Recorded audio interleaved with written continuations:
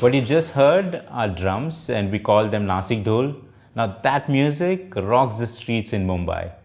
I'm Kalpesh Patankar, and I'm here to talk to you about my personal mantra in life, ain't no rules. I come from Vasai.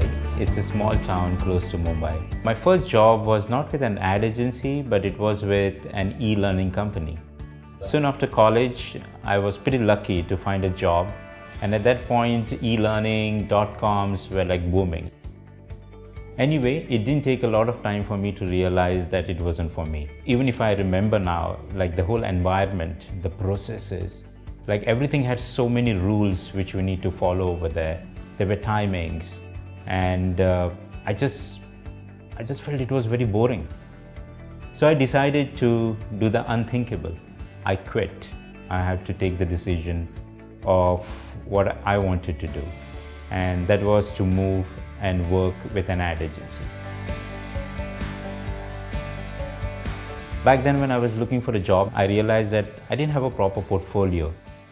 I didn't even have that student award in my final year of university. So I started sketching some new ideas, started putting my portfolio together, and yeah, I started doing rounds of the receptions, meeting creative directors, meeting different people, going office to office. And this took a while. I still remember going from one place to another to third. In a day, I used to do 2 to 3 interviews sometimes. And one day I got lucky. Maya Khatrak, now she's very highly respected Indian creative. She saw something and she was like, I have an opening and will you like to join Triton Communications? And there it was. Maybe she saw something in the scribbles, maybe she was breaking her own rules, but all worked out for me and I was in. Many briefs and campaigns later, I moved to Saatchi Saatchi, and they hired me to work on P&G account, specifically to work on the Ariel detergent, which was a big portfolio, a part of P&G. Getting to the office involved 4 hours of commute every day. During rush hours in a packed trains, and if you don't know what Mumbai trains are like, it's an experience. But what it did was, it put me uncomfortably close to the people. It was like experiencing life as close as it can be. There was a lot of things which were happening in that one compartment of the train. They were chatting, there were gossips, there were stories, they were singing. It taught me that the ideas are everywhere and there are no rules when it comes to finding the next big one. And for me, a lot of them happen between the Vasai and the Lower Parel stations.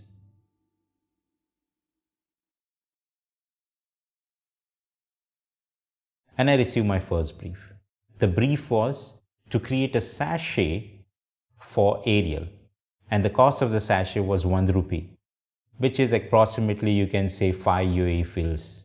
Every day I need to do one new design for that tag, and it just said 1 rupee, 1 rupee, 1 rupee, and this kept going for months.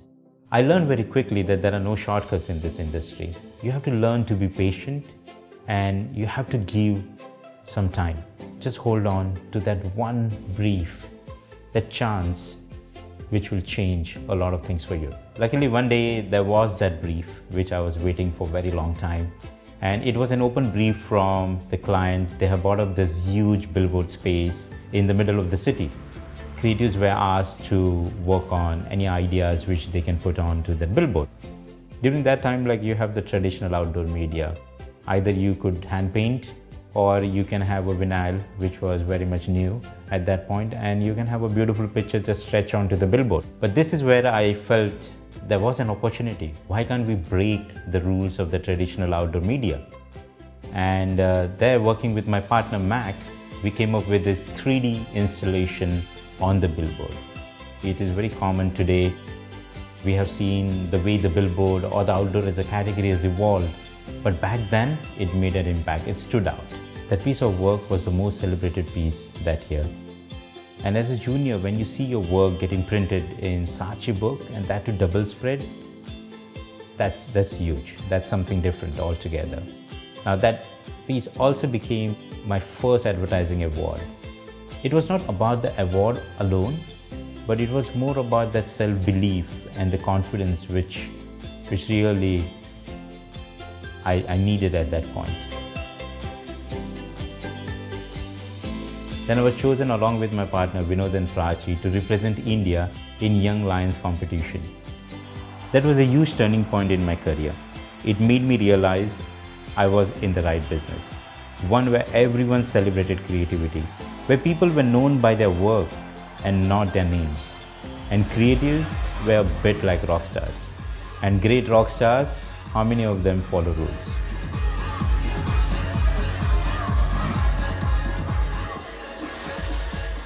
As I was moving up the creative ladder, Indian advertising was at its best times. The work was getting celebrated, the work was just shining globally.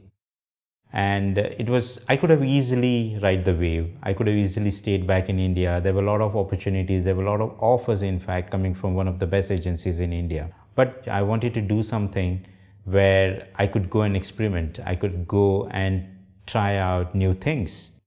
And this is where I started looking for opportunities overseas. Experiencing new cultures and creating work was not that easy, and I would say was very challenging in the beginning. But that felt exciting to me. So I moved to McCann, Kuala Lumpur, and then I moved to Ogilvy, Singapore. Now this is an interesting story and one of my life lessons which I would like to share with you guys. During my farewell in Mumbai, there was a whole lot of people, a lot of my friends who had come. I was leaving the country, I was moving to Malaysia at that point. And someone whispered to me saying, move out of Helvetica. Now at that point, I didn't really understood what it meant. Then I moved to Singapore.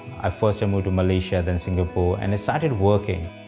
There, what I did was I started exploring more work coming out of Japan, work coming out of Europe, work coming out of UK and other markets. That exposure helped me mature as a creative. Understanding the different schools of craft and their aesthetics helped me evolve and taught me to experiment with different styles and executions. It made me more aware of the trends, and I learned that execution is as important as the idea itself. So if you're watching this, move out of Helvetica. Now please don't take me wrong, Helvetica is a great font. Move out of your comfort zone, move out, explore. There are a lot of styles, there are a lot of things where you can learn from, and you should experiment with your work. And yeah, just don't be vanilla.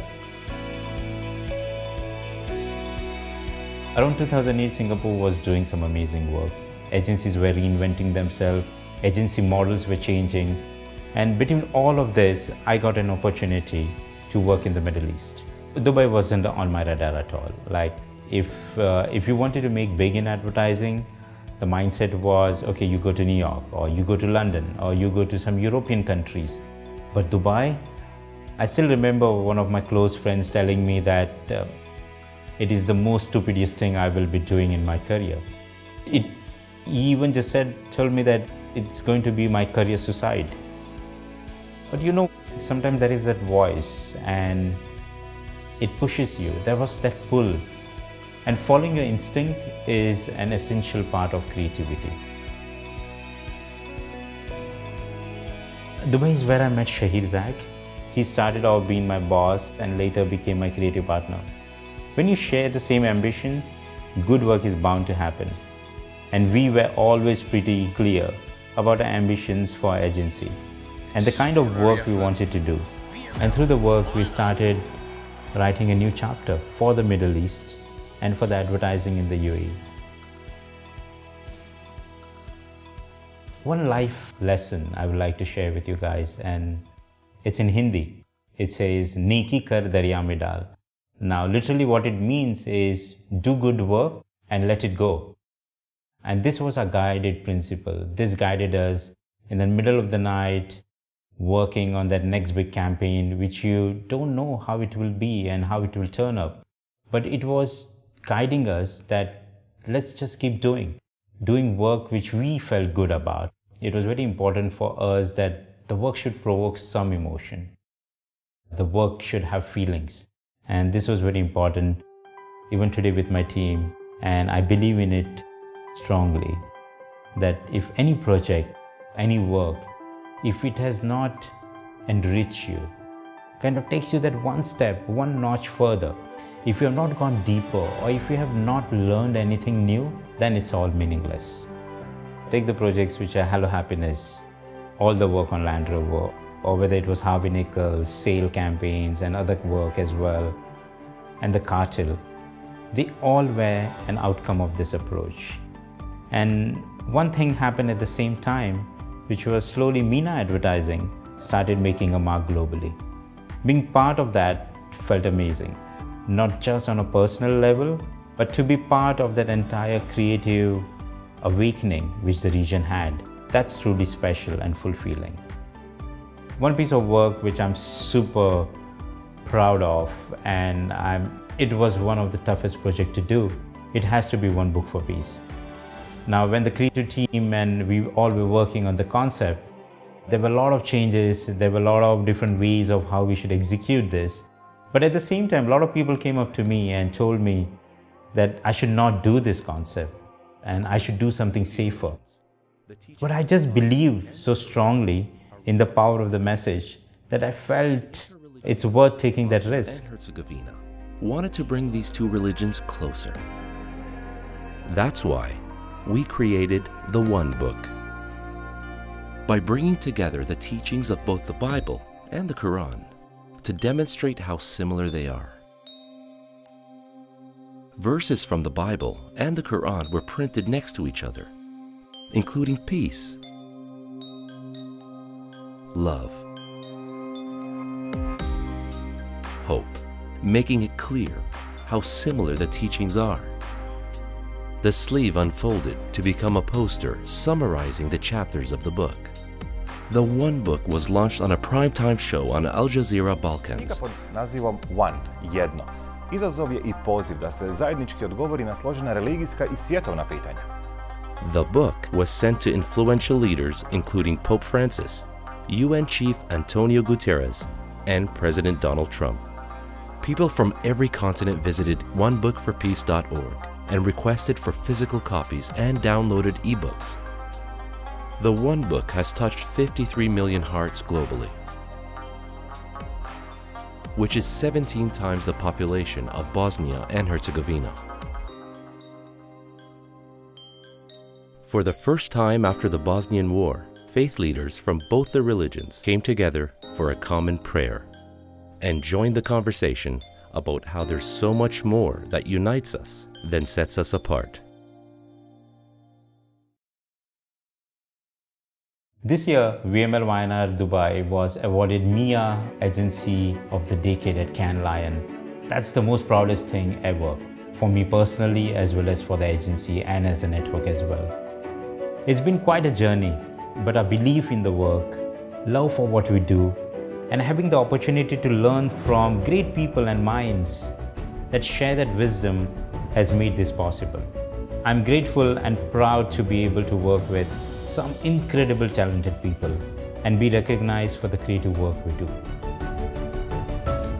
Thank you, and if you're still watching, I'd like you to leave you guys with one message. And if you're a young creative, find the right place, find the right person to work with. It's very, very important for you. And above all, remember that the rules are there ain't no rules.